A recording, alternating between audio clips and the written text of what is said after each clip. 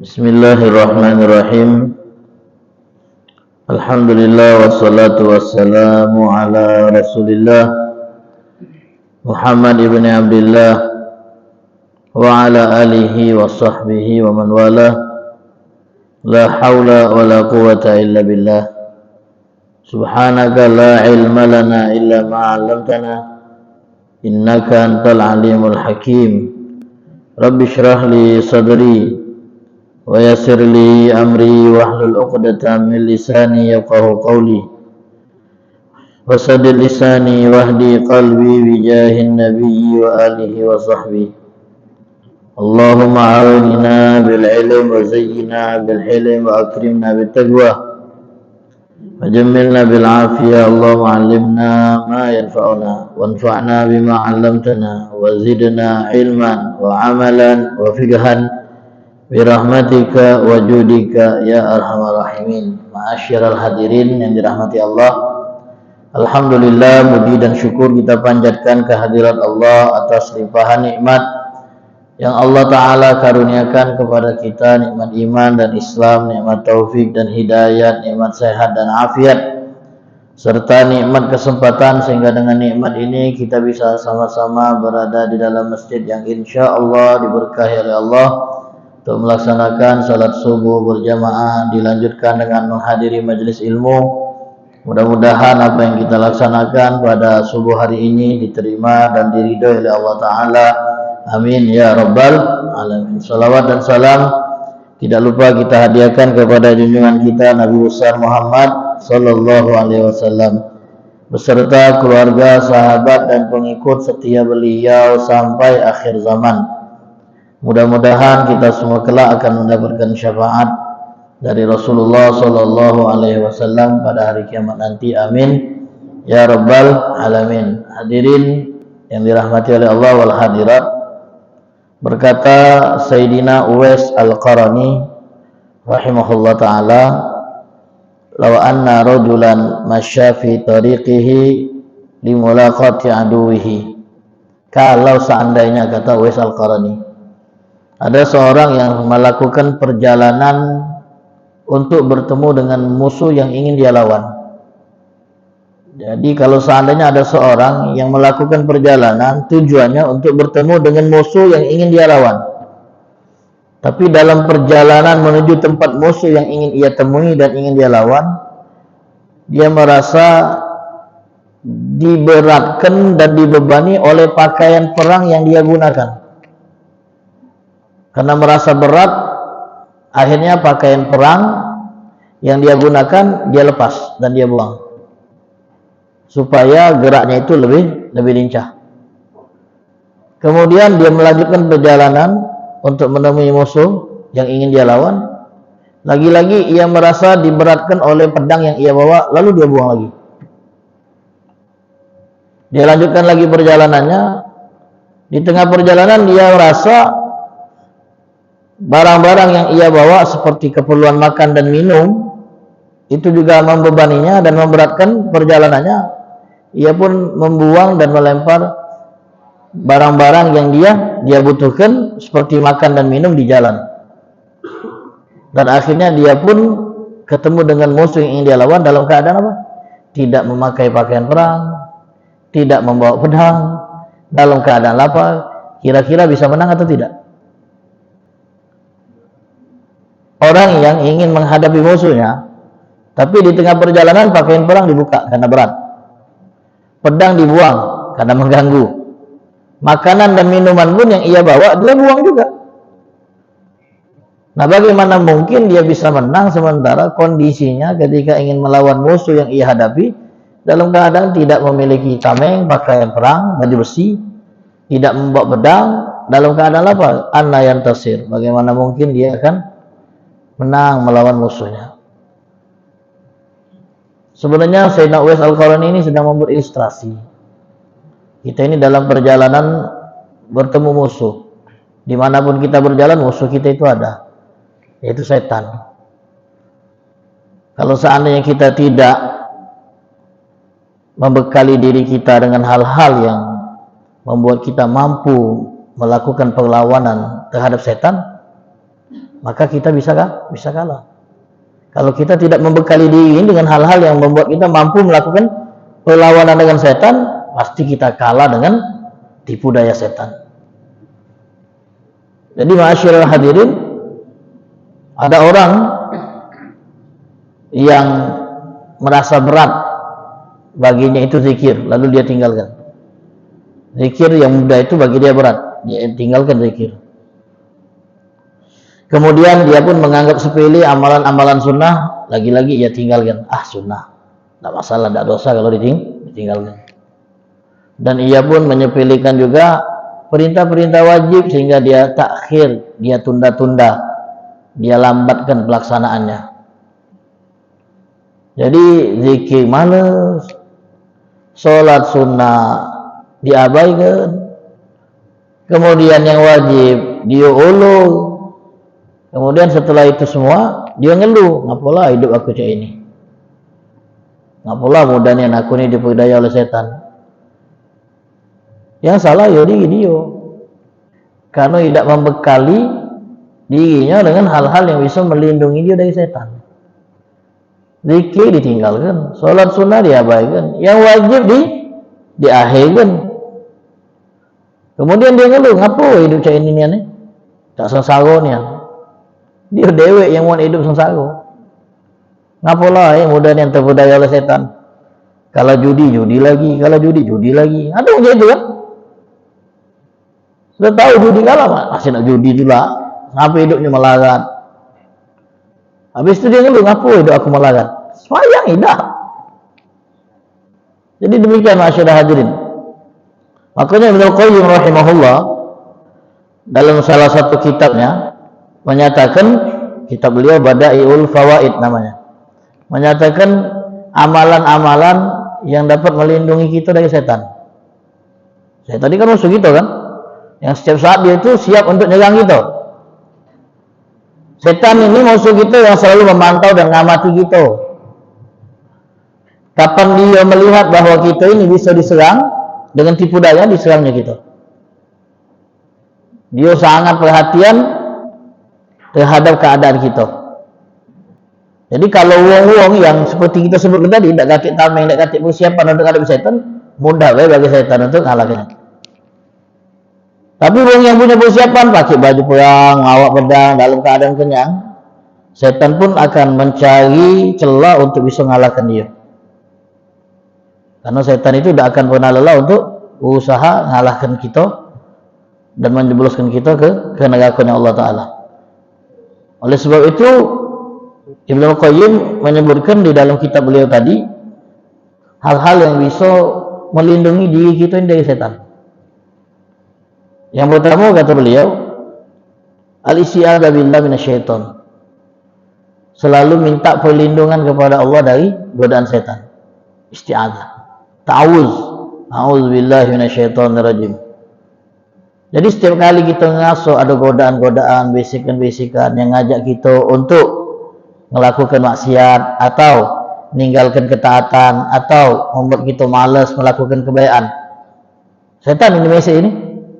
Misalnya kita nak melakukan kebaikan, adalah bisikan-bisikan yang ingin nunda kita ini melakukan kebaikan tersebut. Dagik nanti itu bisikan setan itu. Nah, cara melawannya, cara menangkalnya adalah dengan ta'awuz. A'udzubillahi minasyaitonirrajim. A'udzubillahi minasyaitonirrajim. Jadi kalau kita ngasuh ada dorongan ngajak kita maksiat, atau kalau kita ngasuh ada bisikan yang ingin menghambat kita dari ketaatan dan buat baik, pastikan itu dari setan. Nah, cara menangkal bisikan itu adalah dengan membaca ta'awuz. Baca ta'awuz. A'udzubillahi minasyaitonirrajim. Sebab Allah Ta'ala yang menyatakan bahwasanya ta'awuz itu salah satu cara kita berlindung dari godaan setan. Itu yang pertama. Kalau kita ingin dapat perlindungan dari Allah Ta'ala, perlindungan dari setan, yang kita minta kepada Allah, baca ta'awuz. Wa imma yanzaghannaka minasyaitani nazghun fasta'iz billah innahu huwas samiul alim. Kemudian masyarakat hadirin, yang kedua yang bisa melindungi kita dari godaan setan adalah membaca muawwidzatain, Al-Falaq dan An-Nas. Qul a'udzu birabbil falaq, qul a'udzu birabbin nas, itu dibaca karena itu juga merupakan perlindungan dari setan. Nabi sallallahu alaihi wasallam itu berta'awuz ya, kepada Allah melalui dua surat ini, dan beliau membaca dua surat ini dibarengi dengan surah Al-Ikhlas setiap kali menjelang tidur. Beliau baca at-ta'awuz ini, muawwidzatain, Al-Falaq, An-Nas dan Al-Ikhlas tiga kali sebelum tidur. Itu bentuk cara beliau melindungi diri dari setan. Kemudian hal yang bisa melindungi kita dari setan itu adalah membaca ayat kursi. Membaca ayat kursi itu bisa melindungi kita dari setan. Hadisnya ketika Abu Hurairah kan disuruh oleh Nabi SAW menjaga tempat penyimpanan Baitul Mal, yang kemudian beliau diajari oleh sosok yang mencuri 3 kali berturut-turut, yang lain itu adalah setan kan. Diajari, maukah engkau aku ajarkan sesuatu yang kalau kau mengamalkannya kau akan dilindungi dari setan, yaitu ayat kursi. Maka kita dianjurkan untuk membaca ayat kursi sebelum tidur, dan juga di momen-momen saat kita itu merasa takut dengan godaan setan, baca ayat kursi. Kemudian ma'asyiral hadirin, yang keempat, baca surat Baqarah. Oh, panjang ini, pasti nandak kalau ngamalnya. Surat Baqarah itu hirzun minasyaiton, pelindung dari setan. Tidaklah surat Baqarah dibaca di rumah kecuali rumah itu dibentengi dari setan. Jadi kalau kita pengen rumah kita ini punya pagar yang melindungi penghuninya dari keterlibatan setan di dalamnya, maka baca surat Al-Baqarah. Adem rumahnya, tenang, nyaman, damai. Makanya saat ini damai terus. Ya, bukan karena baca Baqarah, karena katik musuhnya. Kalau ada musuhnya baru tahu ya, mana rumah tangga itu kadang-kadang harus ada cekcok kecil-kecilan ya. Nah, cara menangkalnya supaya tidak jadi rusak adalah dengan membaca Baqarah. Pasti ketenangan, kedamaian itu akan kita lah. Karena Nabi yang bersabda, surat Baqarah itu dapat melindungi orang-orang yang membacanya, dan rumah yang dibaca di dalam Baqarah itu akan terjaga dari setan. Banyak yang Baqarah 2 juz lah. Nah, ambil yang pendek, ambil ujung baca penghujung surah Baqarah. Nah, dari amanah Rasul ila akhir, 2 ayat terakhir Baqarah itu juga termasuk hirzun minasyaiton, pelindung dari godaan setan. Kemudian baca la ilaha illallah wahdahu la syarikalah lahul mulku wa lahul hamdu wa huwa ala kulli syai'in qadir 100 kali sehari semalam. Boleh sekali duduk, boleh dicicil. Yang penting sehari semalam itu 100 kali. Kata Nabi SAW, di antara fadilah orang yang membaca la ilaha illallah wahdahu la syarikalah ila akhir 100 kali dalam sehari semalam, maka bacaan ini akan menjadi pelindung dia dari setan. Jadi kita ini kalau ada istilahnya apa dia ya? Ada bodyguard, ada yang menjaga, melindungi kita, tenang ya kita berjalan. Walaupun ada ancaman musuh yang bakal nyerang, kita tenang apa? Karena ada pelindung. Nah, itulah cara kita melindungi diri dari setan adalah dengan membaca zikir tadi 100 kali. Kemudian ma'asyiral hadirin, yang berikutnya yang bisa melindungi kita dari setan, ya banyak-banyak zikir. Secara umum ya. Kalau tadi ada zikir khusus, ini secara umum. Zikir apa pun itu, subhanallah, la ilaha illallah, Allahu akbar, la haula wala quwata illa billah, hasbunallah ni'mal wakil. Jadi zikir yang banyak yang kita baca itu juga jadi pelindung dari godaan setan. Dan yang berikutnya adalah al-wudu was shalah. Orang yang menjaga wudu, orang yang menjaga sholatnya, itu orang yang paling susah dilawan oleh setan. Karena banyak yang pelindungnya. Paling susah orang yang jaga wudu dan orang yang jaga sholatnya. Dan yang terakhir kata Ibnul Qayyim rahimahullah, cara supaya kita terlindung dari setan adalah ngurangi apa? Ngurangi, jangan sampai banyak penjingoan, jangan sampai banyak yang kita omongkan, Jangan sampai banyak yang kita makan. Jangan sampai banyak terlalu bergaul dengan wong. 4 ini kurangi. Jangan banyak ngawas, banyak awasan. Ya. Kemudian jangan banyak ngomong, jangan banyak makan, jangan banyak bergaul, berinteraksi. Kurangi berinteraksi itu. Sebab 4 ini menjadi pintu utama masuknya setan dalam diri kita. Dengan banyak nyengok, banyak dosa yang kita buat akhirnya. Kita nih kalau ngawas-ngawas semua banyak tuh, ada yang nak kita omong awas. Jadi kalau kita fokus dengan satu hal, misalnya banyak awasan, tak kata nak kita omongkan, karena kata yang kita awas. Tapi dengan banyak awas, banyak yang kita omongkan. Apalagi kalau kondangan, kalau kondangan tuh banyaknya yang kita omongkan. Wong ngambil lauk banyak kita omongkan, tak? Wong yang nyedok lamunan kita omongkan, macam-macam lah. Ya karena banyak yang kita awasi. Apalagi setiap orang lewat ngawak begini itu kita awasi kalau. Jadi gitu. Caknya kita menunjuk penilaian. Ini mana yang paling banyak, mana yang rakus. Jadi banyak omongan. Cuma kalau kita tak nyengok, tak ada kita omong kan.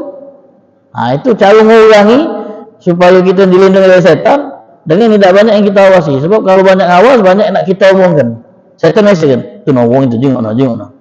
Di jalan itu juga banyak awasan, banyak yang kita banyak yang kita langgar, banyak yang kita omongkan. Ngomong juga jangan terlalu banyak supaya tidak keceplosan ngomong hal-hal yang dilarang.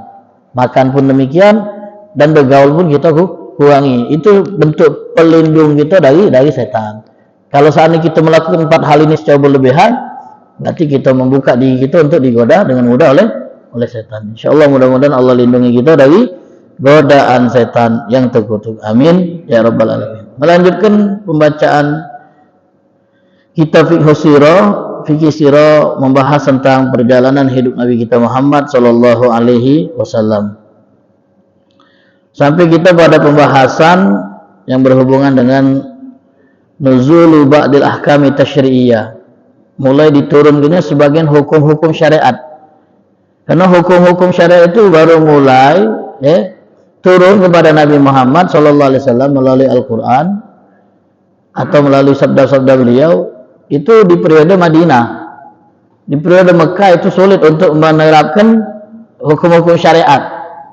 Makanya di periode Mekah fokus Nabi SAW adalah pembinaan akidah dan tauhid. Baru setelah beliau sampai ke kota Madinah dan beliau sudah mulai bisa membangun istilahnya itu stabilitas kota Madinah dengan membangun masjid, mempersaudarakan Muhajir Ansor, kemudian membuat perjanjian piagam Madinah dengan orang-orang Yahudi.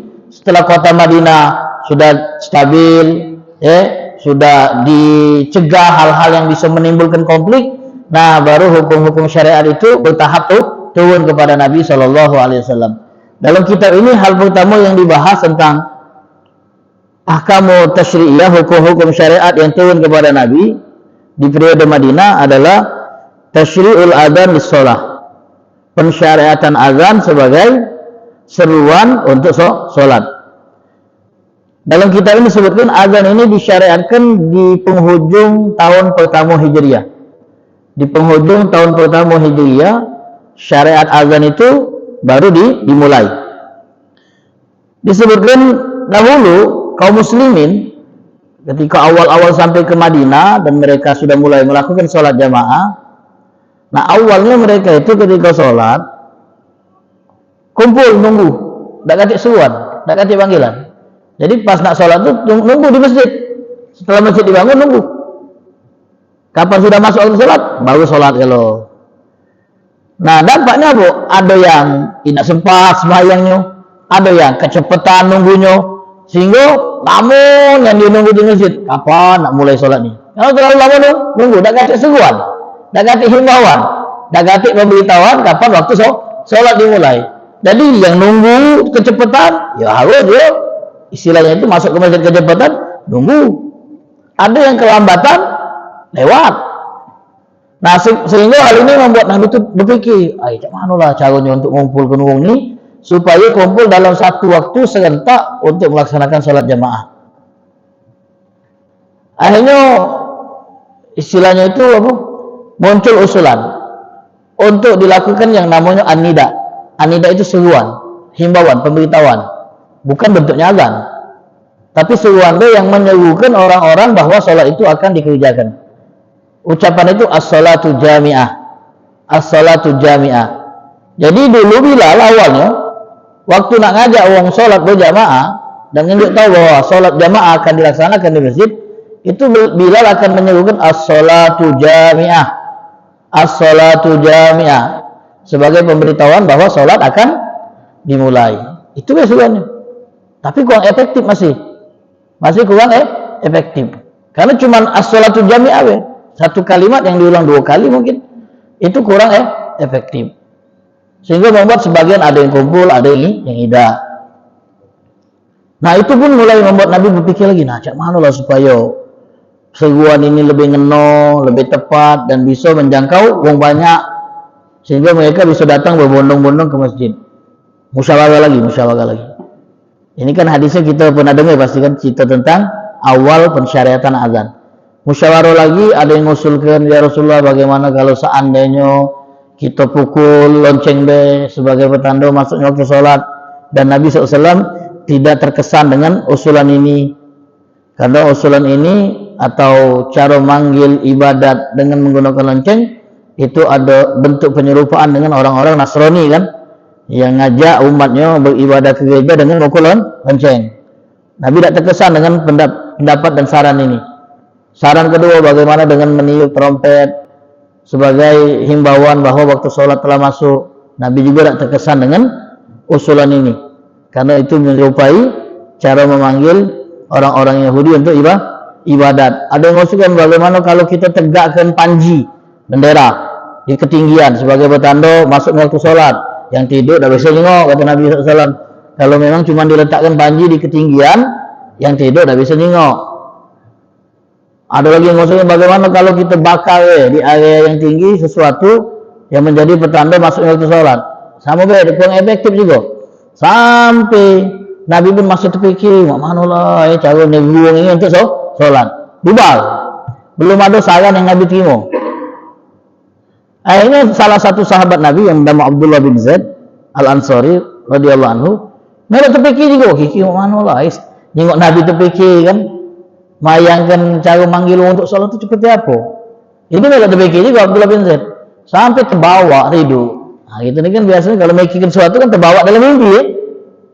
Misal sedang pengen kawin kan terbawa mimpi kawin misalnya. Masuk utang terbawa ya sampai tidur kan, ada yang lagi debt collector misalnya. Kita lapar tidur mimpi makan biasanya kan, aus mimpi minum. Biasanya yang kita pikirkan sebelum tidur itulah yang akan terbawa dalam mimpi. Nah Abdullah bin Zaid ini mikirkan itu terus, apa mana lah caranya. Akhirnya beliau tertidur, terkelium. Bahkan beliau nyatakan, kalau kalian mau mempercayai aku, bahwasanya aku bisa mengatakan aku tidak tidur. Pas ini itu tidak tidur. Saking beliau yakinkan bahwasanya seakan-akan itu nyata, ketemu itu nyata, bukan dalam mimpi. Jadi pas beliau antara tidur dengan tidak, beliau bertemu dengan seseorang yang bawa lonceng. Lonceng zaman dulu bukan yang lonceng besar-besar itu kan. Ditanya oleh Abdul Zaid, kau jual tak itu? Jual. Aku beli. Untuk apa? Kata yang ditemui dalam mimpi itu kan. Ya untuk ditabur. Menjadi petanda sholat buat kami.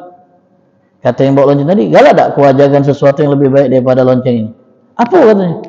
Nah didiktilah kan tadi, Allahu Akbar, Allahu Akbar, Allahu Akbar, Allahu Akbar, asyhadu an la ilaha illallah, sampai selesai. Dan galak dah engkau, aku beritahukan saat engkau ingin memberitahukan bahwa sholat itu akan dikerjakan, iqamah kan?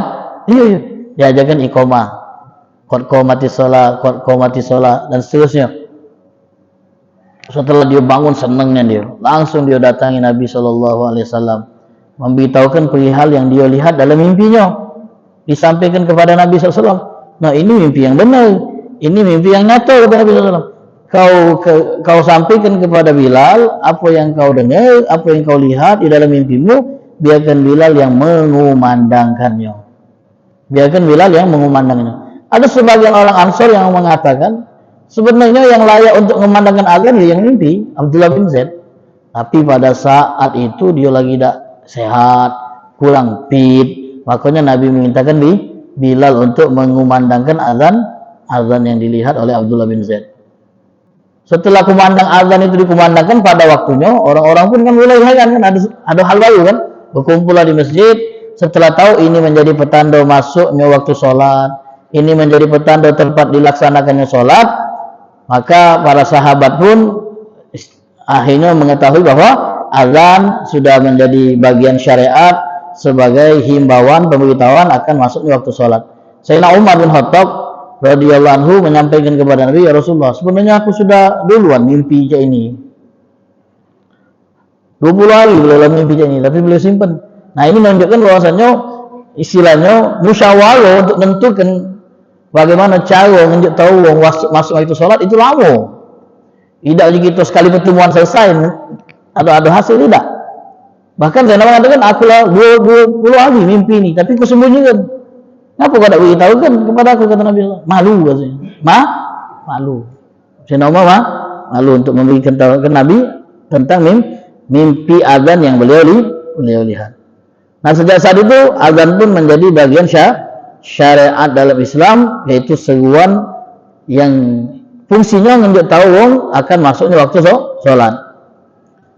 Nah, adapun as-salatu khairu minan naum itu tidak masuk dalam bagian yang diajarkan dalam mimpi itu. Dan itu merupakan murni tambahan dari Bilal yang kemudian diikrar oleh Nabi SAW, disetujui oleh Nabi SAW, dan itu pun menjadi bagian dari syariat. Nah, setelah itu jangan ditambah-tambahi lagi gitu. As-salatu khairu minal begawi, jangan. Kita nambah-nambah deh. As-salatu khairu minad daras, salat lebih baik daripada belajar. Jadi ubah yang belajar ubah di kelas, salat dulu. Yang begawi ubah, salat dulu. Nambah deh, jangan. Tak baca Jadi demikian ma'asyiral hadirin yang dirahmati oleh Allah tentang awal pensyariatan azan. Nah, di sini disebutkan oleh muallif pengarang kitab tentang beberapa faedah hikmah di balik pensyariatan azan. Jadi azan itu sebagaimana kita sudah ketahui dan kita pelajari di fikih sama Abi Ahmad bin Alwi Al-Kab, azan itu artinya al-i'lam. I'lam itu pemberitahuan, pengumuman. Jadi memang azan itu di antara fungsinya adalah menunjuk tahu, mengumumkan masuknya waktu sholat. Artinya kalaupun seandainya tidak kata azan, waktu sholat tetap masuk. Tidak kata pengumuman, tapi kalau waktu sudah masuk tetap masuk. Dan yang perlu kita himbau dalam hal ini, apalagi yang bertugas sebagai muadzin, sini muadzinnya tetap tak? Tidak, muadzinnya tidak tetap. Ada muadzin rotib. Muadzin rotib, kalau sini imam rotib Ustaz Jondi. Ada lagi muadzin rotib, dialah yang bertugas azan di setiap sholat 5 waktu. Nah, kalau memang dia yang bertugas untuk azan di setiap sholat 5 waktu, dia harus teliti kapan masuk waktu sholat. Karena kita tahu masuk waktu sholat itu kan berpindah-pindah terus. Sekarang ini sudah agak melambat kan? Subuh jam berapa sekarang? Jam 4 apa? Kata jadwal kalau ini, paling pelambat kalau ya. Tidak dah, 35 dah. Itu bulan Desember kemarin itu. Hah? 447? Sudah agak lambat ya nih, hampir jam 5 kan? 447. Jangan dia pakai jadwal azan bulan November tadi, masih 420. Subuh 420, Allah Akbar. Yang bahaya lagi pas puasa dulu. Baru bangun. Tahu kan aja dia. Makanya muadzin itu harus teliti. Karena sahnya apa tidak sholat orang puasa, bergantung dengan dia juga. Teliti harus, terutama masuk bulan puasa. Agak dia azan kecepatan, orang di rumah sana memang nunggu nian. Semayang, pada belum masuk, berdosa. Masih agak lambat daripada agak cepat. Tapi agak lambat, agak galak juga gitu kalau puasa. Pas buka kan ada juga gitu. Nah, harus teliti untuk muadzin ya. Jadi jangan cepetan, kalau bisa tepat nian. Di sini biasanya kan ada jadwal apa? Waktu sholat kan ada kan dari Kemenak ditempel lah. Berarti ini di jam juga harus diupdate. Dalam sebulan itu kan ada pertambahan semenit, 2 menit sampai 3 menit. Jadi harus diupdate. Jadi jangan patokannya di jam itu. Agak sebulan itu jam itu lah, tidak. Kadang-kadang dia bertambah semenit bahkan sampai 3 menit kan dalam 1 bulan tuh masuk waktu sholat. Nah harus teliti gitu.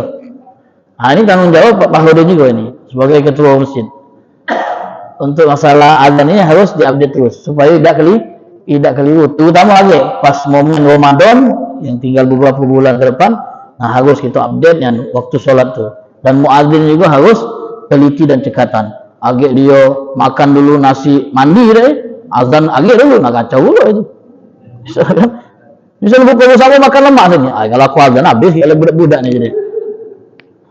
Jadi makan dulu, nak kacau kan itu kan. Jadi demikian. Jadi jangan kita anggap sepele azan ini, jangan kita anggap remeh, jangan kita anggap hal yang biasa bela. Sehingga kadang-kadang ketika azan adab-adabnya tidak diterapkan juga. Adab-adabnya tidak diterapkan. Adabnya sebasingan baik, wuduk lagi tidak. Walaupun itu tidak berkaitan dengan hukum sah atau tidak, namun adab-adab muadzin itu harus diterapkan. Fadilah azan itu besar. Fadilah azan itu luar biasa. Karena orang yang datang ke masjid dengan seruan kita boleh ambil pahala darinya.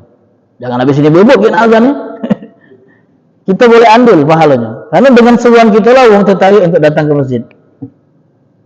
Kata Nabi SAW, yughfaru lil muazzin, diampuni dosa orang yang mengumandangkan azan, mada sautihi, sejauh suara dia terdengar. Wa yastaghfiru lahu, dan beristighfar untuknya kullu ratbin wa yabisin, semua yang kering dan basah beristighfar kepadanya. Beristighfar untuk dia. Jadi tiang-tiang masjid, dinding, karpet, yang kering, yang basah, benda mati, benda hidup, yang mendengar kumandang azannya, kalau seandainya diinjak telinga, mendengar, itu beristighfar untuk dia. Luar biasa aja. Jadi bukan sekedar memandangkan orang yang berprofesi sebagai muadzin, ihtisaban karena Allah, itu lehernya panjang di akhirat. Lehernya itu panjang. Jangan gitu, jadi apa gitu. Nah, jangan gitu panjang. Di lehernya mati gitu. Posisi dia tidak untuk menunjukkan bahwasanya ini dulu muadzin. Orang-orang di masyarakat tahu ini leher panjang ini bukan yang ngintip, bukan. Ini enggak azan ini. Jadi dibedakan tampilannya oleh Allah di akhirat yang mengumandangkan azan. Jadi orang yang mengumandangkan azan itu luar biasa. Jadi di antara salah satu fungsi azan tadi apa? I'lam bidukhulil waqt. Kita menghimbau masuknya waktu sholat. Kemudian memberitahu tempat pelaksanaan sholat. Azan itu di antara lain fungsinya untuk menunjuk tahu tempat di mana sholat jamaah dikerjakan. Kemudian di antara fungsi azan izharu sya'airul Islam, untuk menampilkan syiar Islam. Jadi tempat yang kita masih dengar azan di sana, berarti kita yakini tempat itu tempat Muslim. Jadi kalau kita dengar azan di tempat Muslim ini, kalau dengar azan, nah masih kabur ini kampung orang Muslim apa non Muslim. Selama nginep semalaman tidak terdengar azan. Ada sebagian mungkin desa-desa terpencil itu yang azan memang tidak terdengar lagi di musola-musolanya. Kami tadi dapat cerita dari Ustaz Jondi, Ustaz Jondi di mobil tadi, sama Mas Ui saksinya. Mas Ui, sepi masjid Ustaz Jondi. Yang sholat 7.000 tadi. Iya, kurang sikok jadi 6.000. Wah, ini plesetan ini namanya. Kita terkejut dah 7.000 subuhnya. Kamian gitu. Semayang di mana ini? Tapi balik sikok jadi 6.000. Nah, berarti 6 ikut. Masjid besar semayangnya wong 6. Masjid besar semayangnya wong 6. Waduh. Sampai kami pernah ditanya, "Beb, boleh dah Beb, kita azan, kita qomat, kita semayang." Dewek dulu. Ya mana lagi, memang itulah. Azan lah. Tapi kata jemaah, enggak apa-apa. Yang penting syiarnya itu masih hidup. Sebab kalau tidak terdengar azannya, nah ini mulai dicurigai. Jangan-jangan kampung ini bukan kampung Muslim. Jadi azan itu syiar Islam, penanda bahwa wilayah itu adalah wilayah Muslim. Kemudian ma'asyiral hadirin yang dirahmati oleh Allah Subhanahu wa taala, pentingnya azan ini ditunjukkan juga dengan sampai Nabi pun bermusyawarah untuk mencari solusi cak mana nak ngajak orang itu supaya sholat jamaah. Dan ini juga secara tidak langsung isyarat tentang pentingnya sholat berjamaah. Sebab kalau seandainya sholat berjamaah itu bukan hal yang penting, buat apa disuruh dan dihimbau diajak untuk sholat ke masjid melalui panggilan azan. Nah, ini beberapa hal tentang yang berkaitan dengan azan. Terakhir, fadilah orang yang menjawab azan. Hukum menjawab azan itu sunnah. Hukum menjawab azan sunnah, bukan wajib. Artinya kalau ada yang tidak menjawab azan pun tidak berdosa, karena sunnah, ditinggalkan tidak berdosa. Paham ya? Jadi jangan sampai kita beranggapan orang yang tidak menjawab azan itu dosa besar. Nah, karena hukum menjawab azan itu sunnah. Namun orang yang menjawab azan mengikuti apa yang diucapkan oleh muazin itu fadilahnya luar biasa. Disebutkan dalam sebuah riwayat, barang siapa yang mengikuti apa yang diucapkan oleh muazin, kemudian di penghujung dia pun berdoa dengan doa minta wasilah kepada Allah untuk Nabi Muhammad.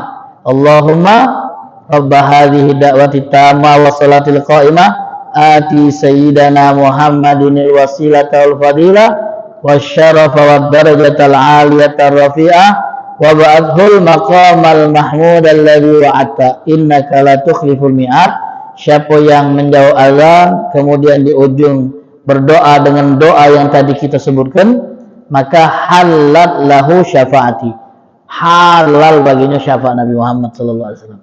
Jadi kalau kita berharap layak dapatkan syafaat Nabi, jangan pernah lewatkan setiap muadzin mengumandangkan azan untuk menjawab azan lalu berdoa dengan doa tadi.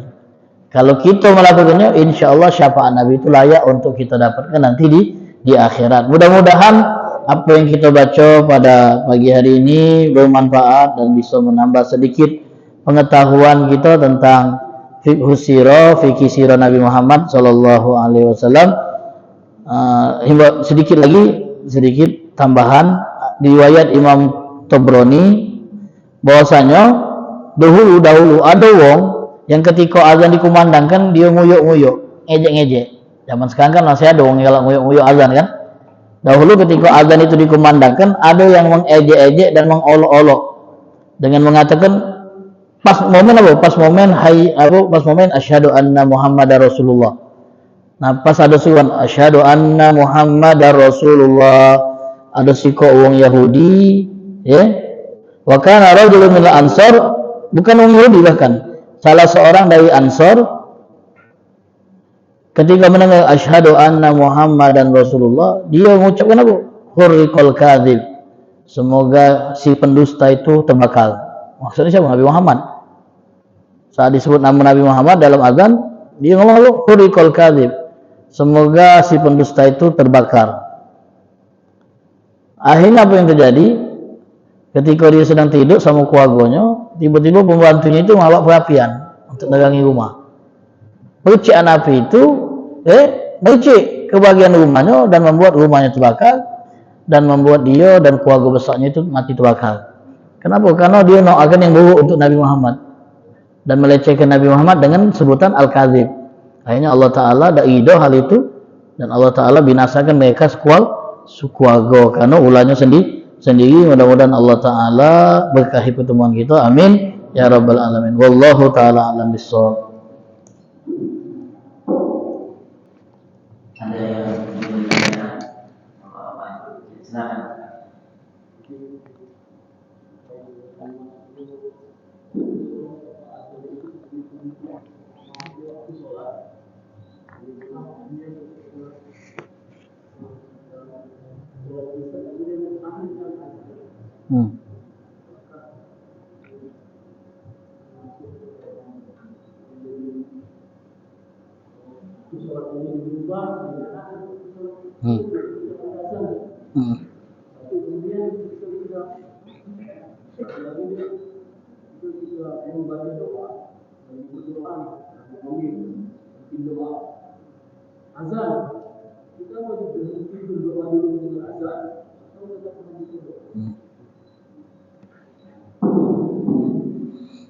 Mentakhirkan azan karena tujuan lagi belajar. Jadi memang tadi kita sebut azan itu di antara fungsinya ada i'lam, memberitahu masuknya waktu sholat. bukan waktu sholat ditentukan dengan azan. Waktu sholat tidak ditentukan dengan azan. Waktu sholat ditentukan dengan perubahan alami, ya seperti terbenam matahari, hilangnya mega merah kan, untuk nandakan masuk waktu isya. Jadi kalau memang waktu sudah masuk, walaupun tidak terdengar azan, orang yang tahu waktu sholat masuk boleh sholat, walaupun azan tidak bukan. Jadi masuknya waktu sholat tidak ditentukan dengan azan. Azan sebagai himbauan, pemberitahuan akan masuknya waktu sholat. Satu. Idealnya memang. Idealnya kalau memang kita lagi belajar, misalnya lagi taklim, dan pembahasannya itu nanggung, untuk diberhentikan, di stop, dijeda, guna mendengar azan dan guna mengumandangkan azan, ditakhir, dilambatkan, dimundurkan, tidak jadi persoalan.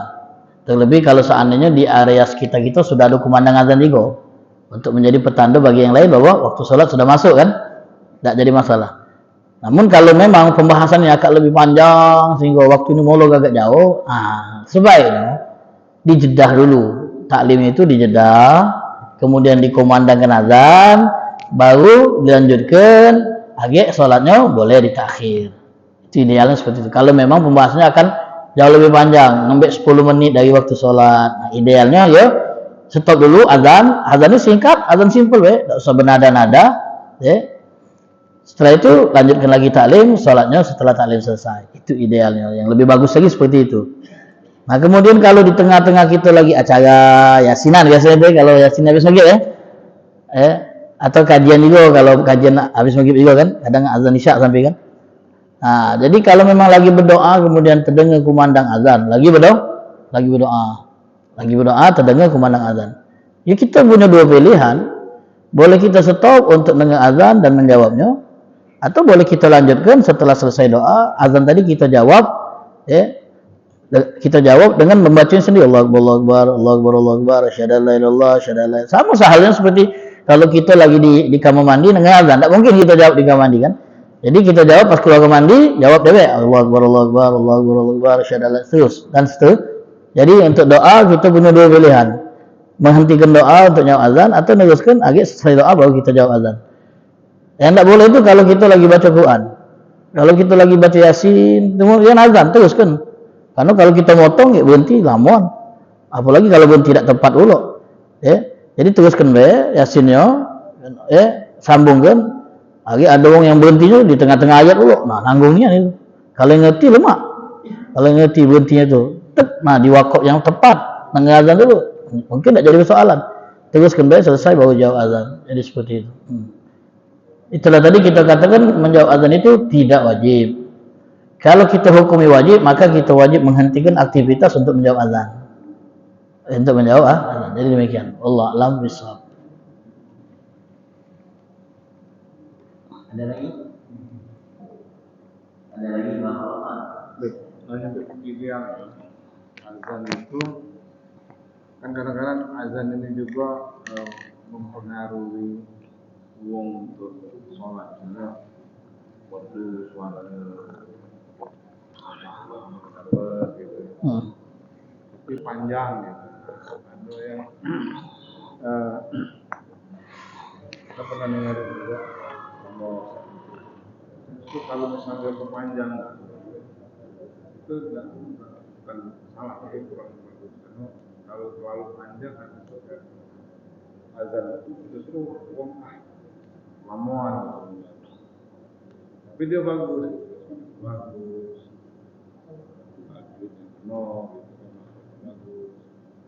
yang lebih baik singkat.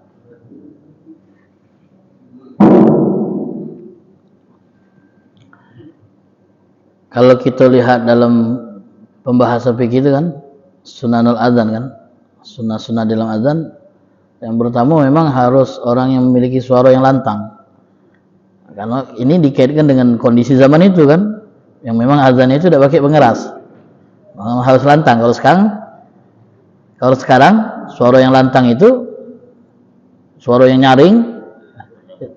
Nah, kemudian memang yang memiliki suara yang merdu itu sunnahnya yang memiliki suara yang merdu, suara yang baik. Memang untuk memikat juga orang-orang yang mendengar itu sehingga tertarik kan dengan panggilan menggunakan suara-suara yang bagus, yang baik. Nah, kalau memang sudah over, terlalu berlebihan, suaranya bagus, tapi over, panjang nian, pamu nian. Nah, itu sehingga membuat wong yang tadi nak ngagumi kumandang azannya menjadi istilahnya itu bosan, ya, dengan kumandang yang terlalu panjang dan lama tadi. Itu tidak bagus juga, tidak bagus juga. Karena sesuatu yang dilebih-lebihkan itu menjadi tidak bagus. Jadi pertengahan itu bagus, pertengahan. Pucuk putih itu belang, kan putih itu bagus, tapi pucuk putih itu belang, tidak bagus kan namanya. Namanya itu juga kalau azan, suaranya bagus, tapi terlalu over, berlebih-lebihan, tidak bagus jadinya. Ada yang ngajinya bagus kan, tapi over dia, cara pembawaan itu over. Kita yang menyaksikannya, jadi apa istilahnya? Jadi, lupa juga San. Apa jadi? Kalau nak omong tidak lemah deh, jadi apa lah? Tidak respect itu nengok dia. Enak, berlebihan cara ngawaknya, aja kita tidak lemah. Padahal bagus suara itu, kalau didengar bagus, tapi cara pembawaannya. Jadi memang kalau memang suaranya bagus, ya, dia istilah itu dia perbaiki lagi dengan apa istilahnya cara mengumandangkannya itu yang tidak terlalu over, tidak terlalu lama, tidak terlalu panjang durasinya, apalagi azannya lebih lama daripada sembahyang ya kata. Sembahyang itu kan azannya lama kan. Nah itu ya kita himbau ya kita arahkan supaya durasi azan itu jangan terlalu panjang. Tariannya itu pas di akhir solo jangan panjang nih, jangan dimain tidak gitu, tidak kompetisi gitu nih. Nak ngajak orang sembahyang. Jadi demikian. Tinggal kita yang menghimbau. Memang ya Bu dianjurkan gitu ini kalau memang tidak memiliki muadzin yang lillahi ta'ala untuk memandangkan azan, tapi ada yang galak tapi dibayar, tapi memenuhi standar, suara bagus, nyaring, memikat, boleh dibayar, digaji. Kalau memang tidak ada yang nak ihtisaban, ya. Jadi demikian. Memang azan itu kadang-kadang nentukan ngajak wong ya, apalagi yang bagus, yang merdu. Insyaallah. Siapa Ustaz yang merdu? Ustaz Jody itulah azan. Pernah azan ya? Mengangkat imam Pak sih. Ada lagi? Ya, silakan. Satu aja terakhir.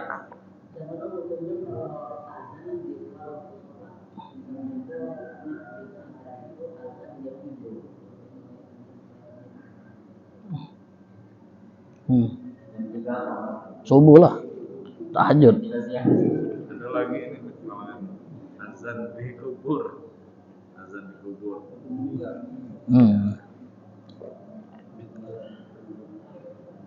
Azan sebelum waktu Iya. Memang ada namanya azan awal kan. Azan awal itu azan biasanya untuk bangunkan wong supaya sahur. Azan awal. Kalau di Mekah kan masih azan awal. Siapa yang pernah ke Mekah, ke Madinah, itu azan 2 kali. Azan tahajud, bangunkan wong untuk sholat malam. Satu lagi azan untuk masuk waktu subuh. Dah apa? Iya. Namun tadi kita harus bijak. Kalau untuk dipakai umum, tapi ini di kalangan pesantren tidak jadi masalah. Karena di kalangan tertentu. Namun kalau kita nak praktekkan secara umum di wilayah kita harus bijaksana gitu. Hal yang baru itu pasti akan mendapatkan yang namanya penolakan. Jadi harus kita imbau dulu, kita kasih tahu dulu, informasi dulu kepada masyarakat supaya tidak terkejut. Mentang-mentang bawa balik umroh pengen nangkapkan di sini, oh ya di muka tuh azan 2 kali, kita pakai beda di tempat kita, azan di jam 3:30, ribut galau, ribut galau. Jadi harus diimbau. Kalau di sana lah biasa, lalu enggak. Kalau kita belum. Kalau dipraktekkan tentu harus ada himbauan dulu, pemberitahuan supaya warga tidak terkejut dan akhirnya menolak. Nah untuk sebutin apa tadi? Nah azan di kubur, azan di kubur. Mana hukum azan di kubur? Siapa nak semayang aku? Sebenarnya azan di kubur ini ada orang yang menganalogikannya dengan hukum apa? Azan fi udhunil maulud, di telinga orang yang bayi yang baru dilahirkan. Kalau mau mengazankan bayi yang baru dilahirkan memang ada apa syariatnya kan? sunnah mengadzankan bayi ketika dia baru lahir. Kalau mengadzankan meninggal tidak ada dalilnya, tidak ada hadisnya, tidak ada petunjuknya, tapi ulama istilahnya menganalogikannya dengan hukum azan di telinga orang bayi yang baru lahir. Di antara tujuan mengazankan bayi baru lahir supaya awal kalimat yang dia dengar kalimat tauhid, kalimat takbir. Di antara fadilah atau tujuan mengazankan orang yang meninggal supaya kalimat terakhir yang dia dengar apa? Kalimat tauhid juga. Itu ya dianalogikan. Artinya tidak menjadi masalah mau dilakukan ataupun tidak. Mau dilakukan, balik kebijaksanaan. Kalau memang ada yang menolak, tidak salah. Keluarga misalnya, tidak usah diazankan, biarlah. Jangan kemudian kita ribut tentang, karena ini hal yang masih masuk ranah perbedaan. Jadi tidak apa-apa. Kalau ada yang tidak galak diazankan, naik, salah azankan, tidak kata itu zaman Nabi. Misalnya jadi ya sudah. Jangan kita kemudian, kau masuk ke dia pula, kita kuburkan kamu. Tidak pantas pula kalau kita harus ribut-ribut di area pemakaman yang sebenarnya kita harus merenung. Jadi sudah kalau ada yang nolak. Tapi kalau kita ya, jadi yang sedikit misalnya, nak ngazankan itu lah, ya ngalah, harus sama-sama bijak lah. Baca, tahu suasana, tahu kondisi. Toh tidak diazankan atau diazankan, sami mawon. Tak kata masalah, sama baik. Tidak mayit itu dapat faedah juga dari azan kita misalnya. Tidak dia juga sengsara kalau kita tidak azankan. Sama baik. Cuman itu tadi menganalogikan. Jadi tidak apa-apa kalau kita tidak azankan sekalipun tidak apa-apa. Nah, kalau talqin memang masyru', kalau talqin ada syariatnya. Kalau azan ya tadi cuman analogi. Jadi demikian. Ustaz minta diazan.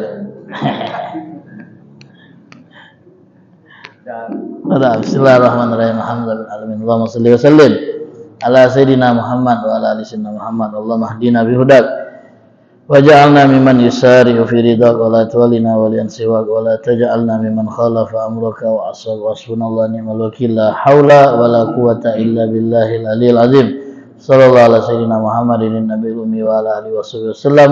Alhamdulillahirabbil alamin. Jadi kita juga untuk menunjukkan pentingnya masalah azan ini kan. Persoalan kaitan dengan azan ini banyak tadi. Mana kalau ngelambatkan azan, mana kalau nyepetkan azan, mana kalau azan di kubur, mana kalau azannya macam-macam kan. Jadi azan walaupun kelihatannya simpel, hal yang remeh, tapi banyak masail yang berkaitan dengan azan ini. Dan antara yang paling bahaya itu kalau memandangkan azan itu, dia tidak memberikan sakta hak ketika hayya 'alas shalah itu. Hayya 'alas shalah. Tapi hayya 'alas shalah. Nah, kalau sholat itu artinya neraka, api. Berarti dia ngajak ke api neraka, ke neraka. Iya, dalam kitab disebutkan. Nah, makanya muadzin itu harus paham, tidak sembarangan. Azan itu. Iya. Sholat ada terus ada. Nah. Falah juga, kalau falah ada haknya nih. Ini sholat itu tak itu kadang-kadang lewat wong. Nah, apalagi alal falah. Ngajak orang petani itu. Nah, tambahan saja yang biasanya banyak